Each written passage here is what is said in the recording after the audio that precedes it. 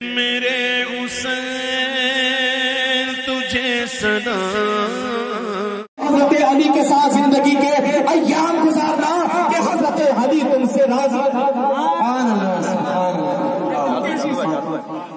اس انداز میں حضرت علی کے ساتھ زندگی کے ایام گزارنا اور قیامت میں آگے بڑھ کر کے کہہ دیا قیامت میں تو مجھ سے اس حال میں ملنا کہ حضرت علی تجھ سے راضی رہے۔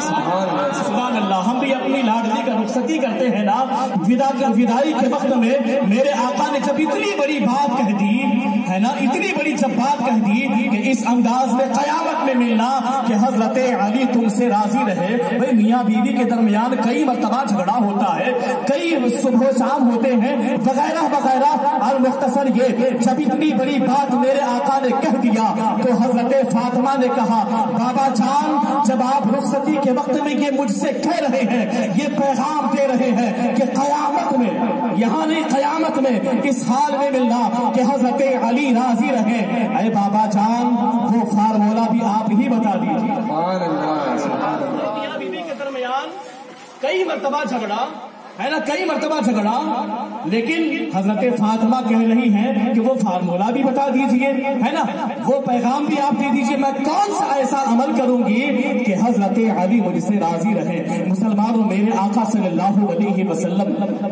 پیغام دے رہے ہیں، اپنی لاڈلی بیٹی کو رخصتی کے وقت میں کہہ رہے ہیں۔ مسلمانوں آج ہم بھی اس پیغام کو اپنی بیٹیوں کے جھولی میں ڈال دیں گے تو ہماری بچیوں کا گھر ہمیشہ ہمیشہ آباد رہے گا۔ میرے آقا نے کہا اے میری پیاری بیٹی کچھ اور نہیں ہے، بس یہ کرنا جب بھی حضرت علی گھر کے باہر جائیں، جب وہ واپس گھر پر لوٹے نا تو سب سے پہلے دروازے پر ان کی آہٹ سن کر کے دروازہ کھولنا اور مسکرا کر کے پہلے تم ان کو سلام کر دینا۔ سبحان اللہ سبحان اللہ۔ حضرت علی کو اس طرح سے راضی کرنے کا طریقہ میرے آقا نے حضرت فاطمہ کو بتایا، حضرت فاطمہ کو بتایا۔ میرے دوست وہ وقت بھی آیا تھا جب حضرت فاطمہ کا وصال کا وقت آیا تھا نا، اس پر آگے میں بات کروں گا۔ حضرت فاطمہ رخصت ہو جاتی ہیں اور اس کے بعد رخصت ہونے کے بعد پہلی شب ہے حضرت فاطمہ زہرا حضرت علی کے گھر جب پہنچتے ہیں نا تو حضرت علی کے گھر میں قدم رکھنے کے بعد حضرت فاطمہ نے پہلا کام جو کیا تھا وہ سماعت کر لو مسلمانوں، سب سے پہلا کام یہ کیا تھا کہ مصلی بچھایا تھا اور 2 رکعت نماز انہوں نے پڑھی تھی اور اس کے بعد دعا کیا تھا اے اللہ حضرت علی کو مجھ سے راضی رکھنا، ہمیشہ ہمیشہ میں ان کی خدمت کرتا رہوں، کوئی مجھ سے غلطی نہ ہو مولا۔ اس طرح سے حضرت فاطمہ نے سسرال میں قدم رکھنے کے بعد پہلا کام جو کیا تھا وہ نماز پڑھا تھا، قرآن کی تلاوت کی تھی حضرت فاطمہ نے۔ کاش کہ ہماری گھر کی بھی بیٹیاں جب اپنے سسرال جائے تو جانے کے بعد جب وہ پہلا کام وہ کرے گی جو نبی کی لاڈلی نے کی تھی تو اس کا جو گھر ہوگا سسرال والا گھر کبھی جہنم کا گڑھا نہیں بنے گا۔ ہمیشہ ہمیشہ قدم رکھنے کے بعد جب وہ اپنے گھر میں نماز پڑھے گی تو ہمیشہ ہمیشہ اس کا گھر جنت کا ایک باغ بنا۔ لیکن ہم یہ پیغام کہاں دیتے ہیں؟ یہ پیغام اگر ہم اپنی بچیوں کو دیں تو ہماری بچی اپنی چھوٹی میں لے کر کے وہ پیغام پہنچائے گی۔ رخصتی کا وقت بڑا نازک ہوتا ہے، ماں باپ سے رخصت ہوتی ہے بچی، دل ٹوٹ جاتا ہے، لیکن ہم پیغام اس طرح سے دیں تو اس کا دل بڑا ہو جائے گا اور اسی انداز میں اپنے سسرال میں قدم رکھے گی۔ ہمیشہ ہمیشہ اس کا گھر آداب رہے گا، ہمیشہ ہمیشہ اس کا گھر شاداب رہے گا، ہمیشہ جنت کے باغوں میں سے ایک باغ بنا رہے گا۔ بس یہ کرنا ہے، سلام کرنا ہے، کہیں سے بھی آئے شوہر پہلے سلام، جبکہ میرے آقا نے یہ فرمایا کہ جب آپ اپنے گھر میں داخل ہوں تو پہلے آپ گھر والوں کو سلام کریں۔ میرے آقا نے یہ فرمایا جب بھی ہم گھر میں داخل ہوں تو اپنے گھر والوں کو سلام کریں، ادھر نہیں جاتے۔ درود شریف پڑھیں اللہم صلی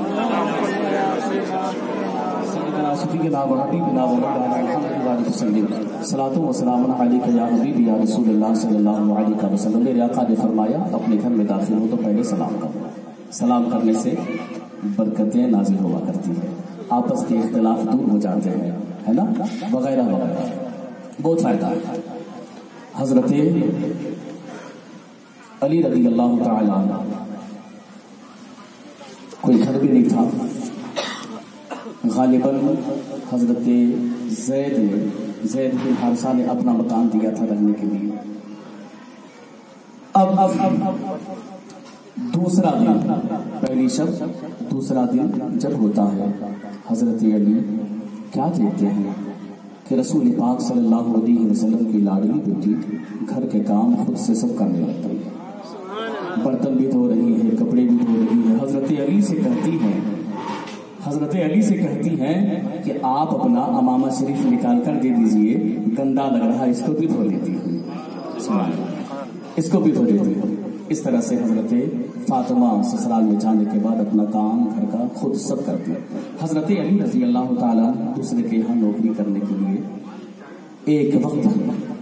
ایک ہی ٹائم بس نوکری کی آپ نے، اور نوکری کرنے کے بعد کھجور کے بعد میں نوکری کی، مالک نے جن کے یہاں نوکری کرنے گئے تھے 2 کلو کھجور دیتے ہیں، کھجور دیا مالک نے، حضرت علی نے لیا، ایک وقت ڈیوٹی کی تھی، مزدوری کی تھی، لیا، چلنے لگے تو کھجور کا جو باغبان تھا، جو مالک تھا، اس نے کہا اے علی، اگر دوسرے ٹائم بھی آپ نوکری کر لیں گے، کام کر لیں گے، ایک وقت میں 2 کلو ملا، دوسرے ٹائم بھی کر لیں گے تو 4 کلو ہو جائیں گے، ہے نا، ایک ٹائم میں 2، دوسرے ٹائم میں 4، ابھی وقت بچا ہے، آپ کر سکتے ہیں۔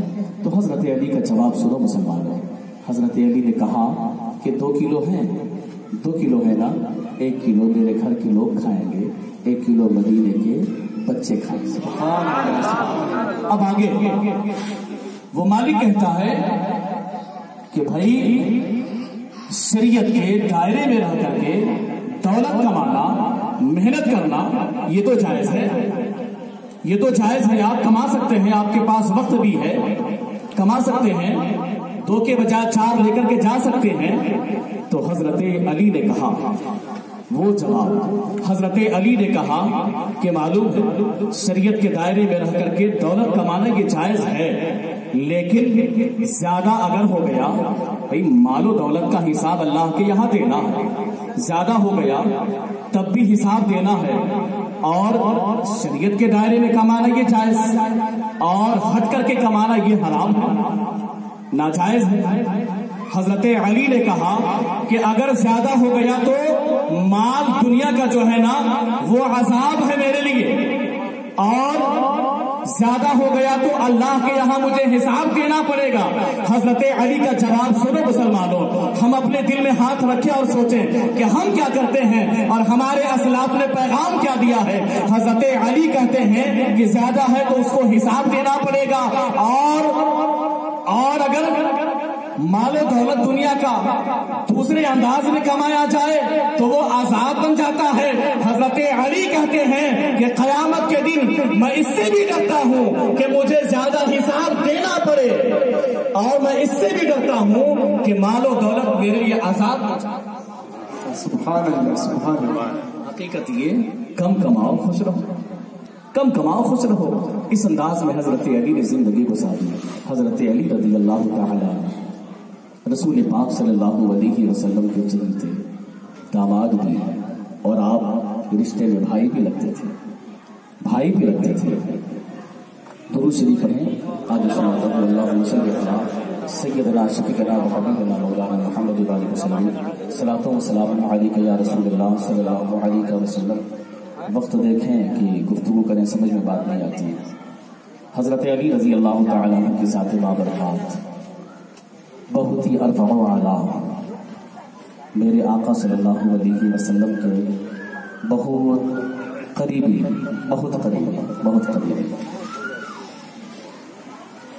حضرت سیدہ فاطمہ زہرا رضی اللہ تعالیٰ عنہ، ایک وہ وقت آیا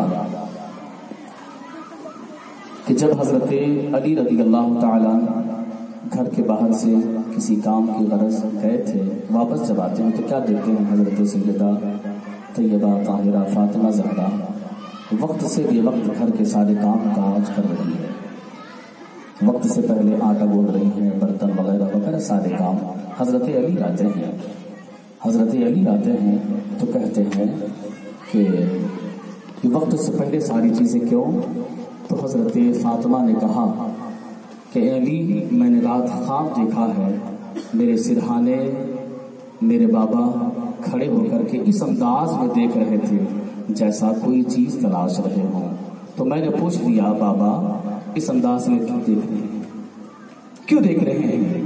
تو حضرت فاطمہ نے جب پوچھ دیا تو میرے بابا نے کہا کہ اے میری لاڈلی بیٹی، عنقریب وہ وقت آئے گا کہ تم مجھ سے ملاقات کرنے والی ہو. رسول پاک صلی اللہ علیہ وسلم کے وصال باکمال کے بعد روایتوں میں یہ باتیں آتی ہے کہ کبھی کسی نے حضرت فاطمہ کو ہنستے ہوئے نہیں دیکھا، کسی نے نہیں دیکھا. 6 مہینہ آپ رہے، اس کے بعد آپ کا وصال. اس انداز میں حضرت علی سے کہتے ہیں کہ میں روٹی بنا کر اپنے لاڈلے کو آج کھلا دیتی ہوں، کل پتہ نہیں کیا ہوگا.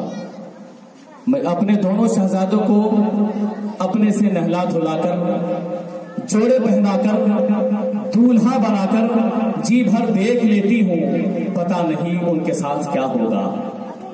المختصر یہ حضرت فاطمہ زہرا کا وصال باکمال کا وقت قریب آیا. میاں بی بی اس طرح سے بات کر رہے ہیں. حضرت فاطمہ نے کہا اے میرے شوہر علی مرتضیٰ، زندگی کے ایام میں نے آپ کے ساتھ گزارے، اس ایام میں اگر مجھ سے کوئی غلطی ہو گئی ہو تو آپ معاف کر دیں. حضرت علی نے کہا کہ کوئی آپ نے غلطی نہیں کی، میں تم سے کبھی ناراض ہی نہیں ہوا، تو کس بات کی معافی مانگتے ہو؟ حضرت علی نے یہ کہا کبھی ناراض ہی نہیں ہوا. حضرت فاطمہ نے کہا کہ دل جوئی کے لیے کہہ تو دیجئے، کوئی غلطی ہو گئی ہو تو معاف کر تو دیجئے. حضرت علی نے کہا کہ ٹھیک ہے، ہم نے معاف کیا. حضرت سیدہ فاطمہ کہتی ہیں اے علی، میرا انتقال جب ہو جائے تو میرے بچوں کا خیال رکھنا. میں اجازت دیتی ہوں میرے وصال کے بعد، انتقال کے بعد آپ دوسری شادی کر سکتے ہیں. بچوں کا خیال رکھنا، بچوں کا خیال رکھنا. یہ ساری باتیں کہنے کے بعد رب قدیر کی بارگاہ میں دعا کرتی ہے، جبین نیاز کو جھکا کر کے اے اللہ، اے اللہ، وہ وقت آ رہا ہے میرا انتقال کا. اے اللہ، جب سے میں نے ہوش سنبھالا ہے، خواتین بیٹھی ہیں ان کے لیے سبق، جب سے میں نے ہوش سنبھالا ہے کسی غیر محرم کو میں نے نہیں دیکھا اور کسی غیر محرم نے مجھے نہیں دیکھا. سبحان اللہ، سبحان اللہ. حیا کس طرح سے آپ کہتے ہیں اے اللہ، میں نے جب سے ہوش سنبھالا کسی نے مجھے نہیں دیکھا اور میری نگاہ نے کسی غیر محرم کو نہیں دیکھا.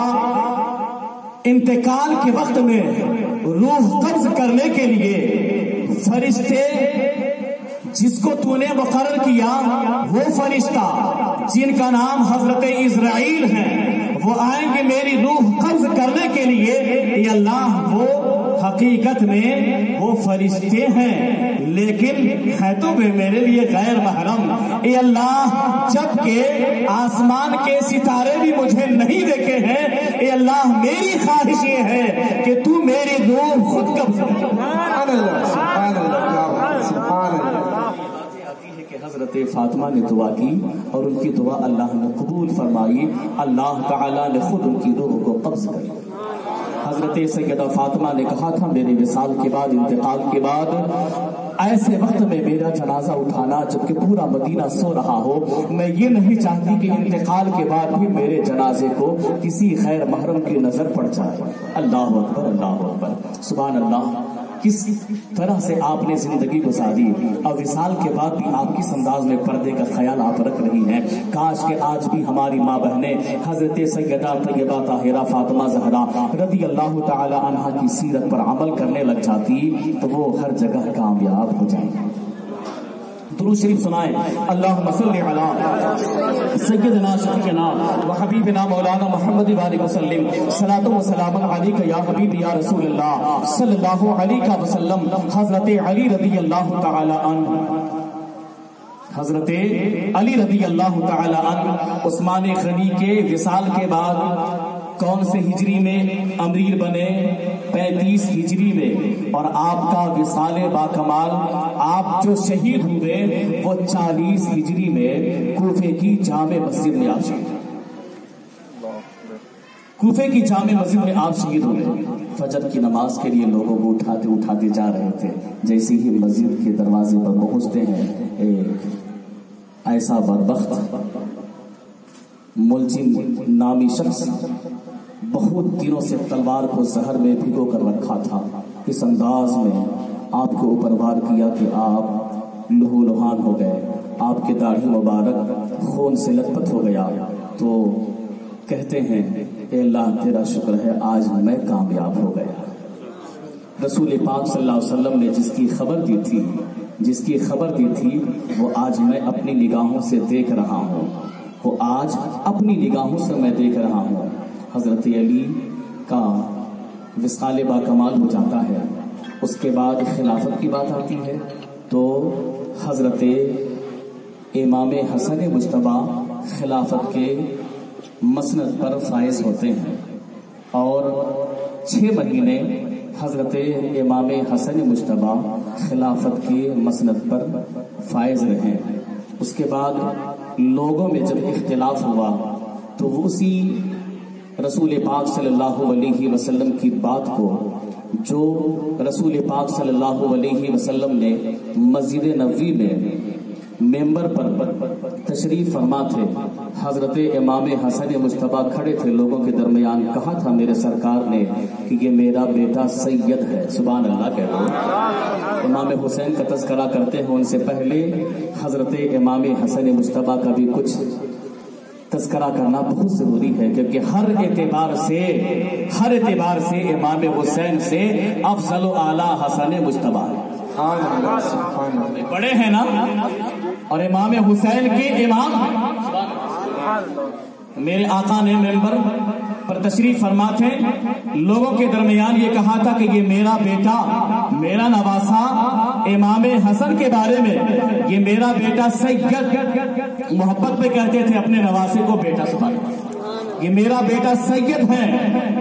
یہ میری امت کے 2 گروہ جو آپس میں جھگڑے پر آمادہ ہو جائیں گے، دونوں جماعتوں کے درمیان میرا یہ بیٹا سید امام حسن دونوں کے درمیان فیصلہ کرے گا، جھگڑے نہیں ہونے دے گا، اپنے تخت و تاج کو چھوڑ کر کے ان کے درمیان صلح کر.